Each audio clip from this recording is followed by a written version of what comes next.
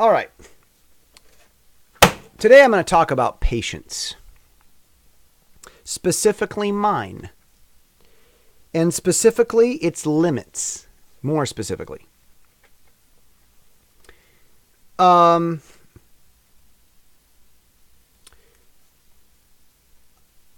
finding ways to be patient. I have to work and find ways to continue to be patient. And I'm doing it. A few weeks ago, maybe a few months ago, it would have been late March, I started talking about my application in Taiwan residence. I'm going to tell you the story right here because you're watching and listening.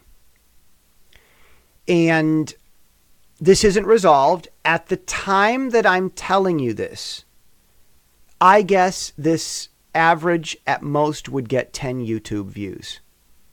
And I have a very loyal podcast audience that I love of about 60 people.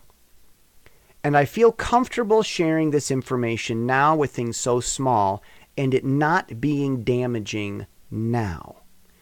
So if you know, for those of you in the future, my message from the past, if we've got thousands of views on this video, there's definitely more to the story. Definitely. And you'll have to just go find it somewhere in the stuff that I publish or in you know, whatever. But here's the story, the fast rundown. I came to Taiwan. My first boss wouldn't let me have my work permit. He's legally required to give it to me. I have legal trouble if I don't have my work permit. The government requires me to have it. 1, 2, the government refuses to give it to me. The government requires me to have the work permit, Taiwan's government, but they give the work permit to my boss. The boss would not give it to me, and that was the end of it. Well, I didn't accept that end. I argued with him. I managed to get it was really funny. Actually, he threw it on the table and had me look at it. I picked it up and he was surprised that I picked it up. Kind of makes me wonder if the guy was demon possessed, like, you know, because like that happens. And I don't want to get into that, but it's like, that was weird. Like that weirded me out. Like, you can't have this. And he throws it on the table and I pick it up. Oh, you can't pick that up. It's like, these are like the stories of like, when there was like a demon possessed person fighting a Christian and the Christian claimed the name of Jesus and the person like did weird stuff and didn't want to. Like, it was like that. Like that was the only time in my life that's ever happened, actually. It was really weird. But somehow from that, I got the work permit away from him. I went in the other room, folded it up, stuffed the work permit up into my Donald Trump tie, hid it in my tie, and walked out the front door. I went home and I cried on my bed. Because there was no other help for me legally in Taiwan. Without that work permit, I would easily be in Taiwan illegally, and I would be attacked for it, lied about, be considered a criminal, have no means of defending myself, and that would be the end of my story in Taiwan. I had finally escaped from this. There was no justice coming to me, not from America's government, not from Taiwan's government. So I cried when I got home with my work permit. That was the first boss. Second boss. They never did give me my work permit. I still never got it. I called Taiwan's immigration office and I said, my boss will not give me my work permit. And immigration said, they have to, and then hung up the phone. Yeah. And that was the end. I never did get it. If I don't have all of my work permits, I cannot apply for permanent residence. If there was a time when I worked, but I can't produce the work permit for that time, then Taiwan's government would deny me permanent residence if I applied for it. But the government never made sure that I got the work permit. They know my home address. They could choose to mail the work permit to my home address. I've told them that that would be a good idea, but they don't do it. They give it to the boss, expect the boss to just give it to me as the foreign employee, and the government never follows up to ensure that I have the work permit in hand. Never. 10 years, they've known about it, haven't changed. Very sad. That boss, later on, that boss lied about the address I was working at on the work permit. It's all in Chinese. I was new in Taiwan. I didn't know Chinese. The government saw that I was at the wrong address and summoned me. I had an official summons, like it was a subpoena type of thing. I was legally obligated to show up. The boss told me that they were going to call their crony friends high up in the government to pull strings for the government to break its own rules and to do something nice to me.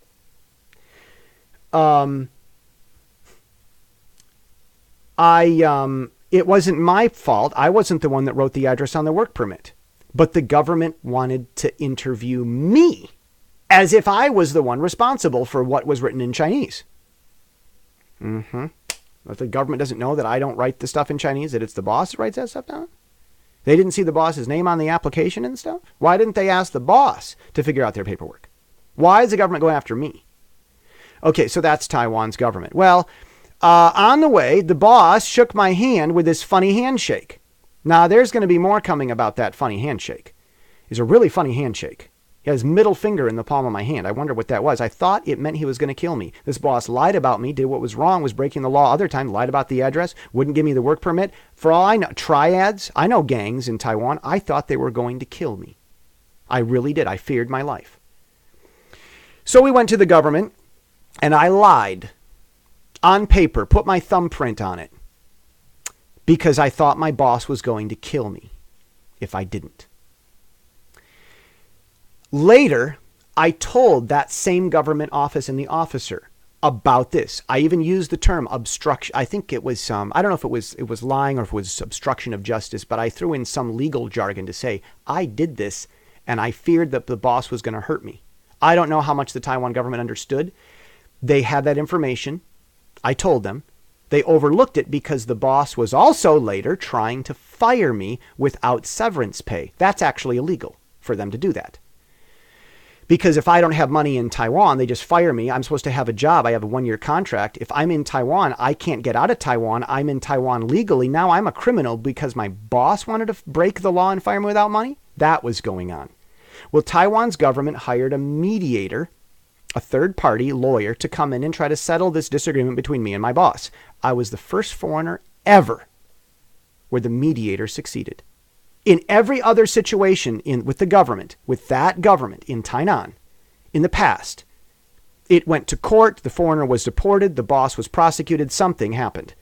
I was the first foreigner ever where peace succeeded with a mediator. I was thrilled. I'm glad I helped. But Taiwan's government wouldn't help me. At my next boss, that old boss chased after them and harassed the future bosses. So I couldn't get a job in Tainan City. But I had a lease contract in Tainan City. I had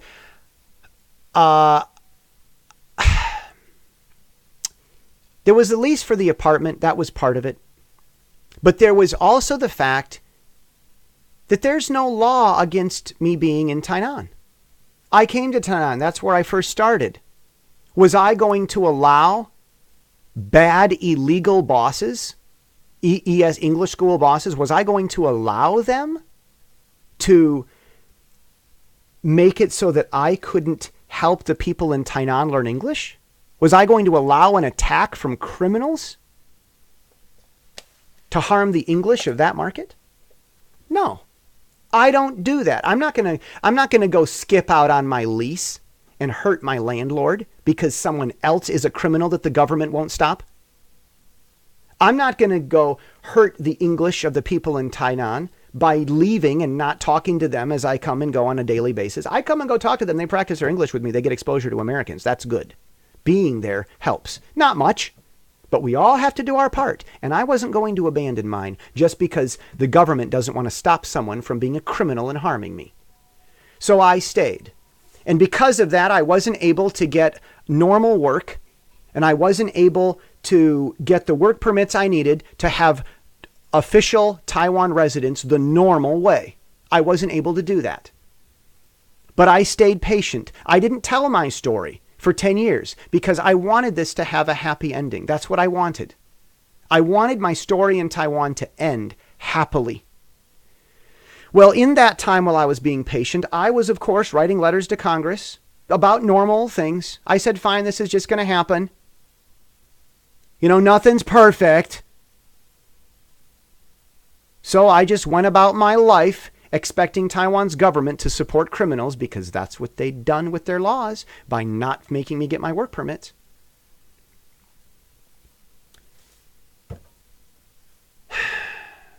After 10 years, I looked back and I said, there was a time that I helped Taiwan's government. I tell about it other places. I'm not going to repeat that story here. There's only one. There's only one story where I helped Taiwan and used that as my basis to apply for permanent residence. So I told Taiwan's government that story. I filled out the application. I did all the paperwork. I sent in my story. I sent in the newspaper article. I sent in a witness as proof in my favor that I did this good thing under Taiwan's law. I made a contribution and I could get permanent residence for this. And if they approved it, my story of 10 years would end happily. And I could go on with my life and say good things about Taiwan. I wanted that. Well, Taiwan's chaotic, disorganized government did it again. And they botched the application. Now I've actually heard back from them twice. Now I find it's almost as if they didn't even read my first application. Now, what am I to do about this? Am I mad? Well, I kind of could be. I mean, I'm as angry as a parent at the kid who knocked over his Coca-Cola at the dinner table because he wasn't being careful. I mean, am I really bothered by kids acting like kids? Well, no. Is this annoying? Yeah. Do I like it? No. Am I going to accept it? No. Does it have to change? Yeah. Am I all mad and angry and just going to go destroy the world? No. Why do I love Taiwan with this? Because I love naughty little children. Because the naughty little children have the greatest potential. So of course I love Taiwan, the naughty little child in the story. They're adorable. They're a young democracy. I'm happy to be patient with them.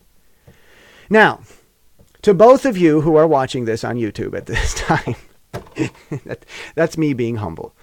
To you podcast subscribers whom I dearly love, my loyal 60. You now know this story and what I've been hiding for the last 10 years. It was nice to get that off my chest. There is a time when I do expect this to all get resolved. There's a time. If things don't get resolved one way or another by that time, I will continue to level up my action. It will get higher and higher. I will never give in. Maybe that's because I'm Scottish and Irish. Maybe that's because I come from the household Steele, which was actually a noble family. They emigrated to Ireland at one point. We Steeles have kind of reputation. Christopher Steele was a disappointment. He lied and got caught. Two terrible things for a Steele to do. I think he should have the name Steele stripped from him for that. Okay, but other than that, the Steeles have usually been pretty formidable people. Although I have to hand it to him. Christopher Steele did make news, so he wasn't a total nothing. I don't give in and I don't give up, and I'm not going to give up on this, but that doesn't mean, and listen to the point this week, the point. It was the point episode. It was Monday, May 6th. The point. What I'm going to do about this, Congress knows. That story that I told you, Congress knows about. I've written that letter to Congressman John Muhlener. He has that several months ago. He knows that. What I'm going to do at this point is I'm going to continue. I'm deciding. I've been contemplating what am I going to do.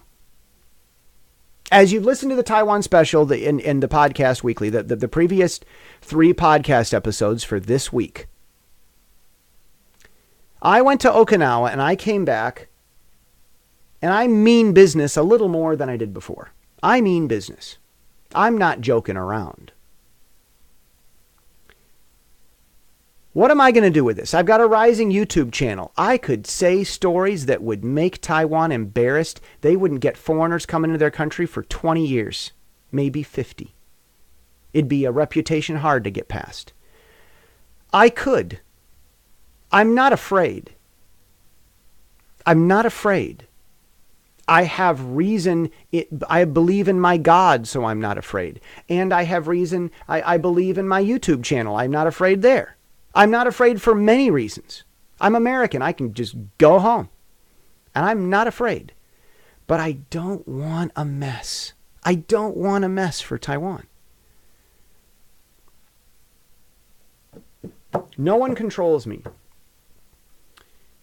So, what do? What am I going to do? I'm going to go up to Taiwan. I'm going to talk to the people in Taiwan. That's what I'm going to do. I'm going to talk to them. I'm going to talk. And I'm going to say, this is what's going on. Do you want to continue this? I want to have a story with a happy ending.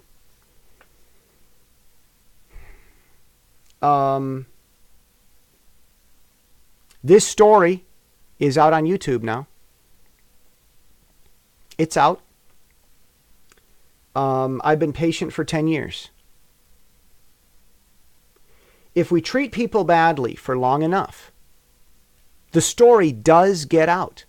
If we keep treating them badly and keep treating them badly, and we have a chance to do the right thing, and we're lazy and we do bad work, and we just don't care, and we keep treating people badly, and they talk to us and we don't listen, and we keep treating them badly, and years and years and years go by, and they're patient with us, and they try to fix things a nice way without talking about the problem, and we still treat them badly, and we still ignore them, and we think, oh, you're not famous, you're not rich, so you're not important. We keep treating people badly. If we do this long enough, again and again and again and again and again and again and again, the story eventually gets told, and it's no one's fault but our own. I'm not the villain here because I told the story that Taiwan wouldn't fix for over 10 years. I'm hoping to be the nice guy because I really believe the day is coming when I am telling this story on a YouTube channel or a speech to a stadium where it will get 60,000 people watching it now and millions of people within 5 minutes or 5 days. I will tell this full story to a larger audience sometime in the future.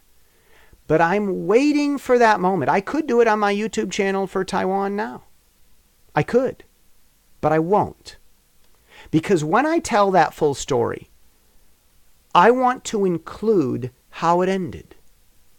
I want to add this part. I'm waiting to add this part of the story. Taiwan saw what they did. This isn't true yet, but I want it to be before I tell the story. We'll see if I get what I want when I tell the story. But I'd like this to be the ending. Taiwan saw what they did. They saw that they were wrong and lazy in my final application, and they went back and they changed it. Taiwan saw the bad things they did to me over 10 years, and they learned from those things, and here are the steps they took to fix those things, because just like everybody else, Taiwan makes mistakes because they're human. That's the part I want to include. But the thing about Taiwan is that they don't only make mistakes because they're human, they fix their mistakes, and they learn from their mistakes, and they become better. Because Taiwan is not only made of humans, they're made of good humans. And good humans don't have zero mistakes. Good humans fix their mistakes and take responsibility. And I want to tell the story of how Taiwan did that. And so my solution is to be patient and to try to engage their government in not only formal channels, but I want to take the informal hearing channel. Governments, even in America, they have informal hearings. They have off-record meetings sometimes with some things. And I'm going to do that, just like America does. There's nothing sneaky or dishonest about it. I'm going to just talk to them friendlily, kindly, gently. Let them meet me. They haven't. They made a decision about someone they never even met. And I think that would be wrong. I'm going to keep being patient because someone has to be the adult in the room. And I hope that by one person being the adult in the room, there will be more adults in the room in the end. I do love Taiwan very much. I'm disappointed at times, but I'm still mostly happy because of the people. I really do love the people, and I do recommend them at this point. But the situation isn't resolved yet, and I'm not yet ready to make a full recommendation for people to try to live in Taiwan. Not yet. We'll see how much longer it is before I can make that full recommendation. See you next week.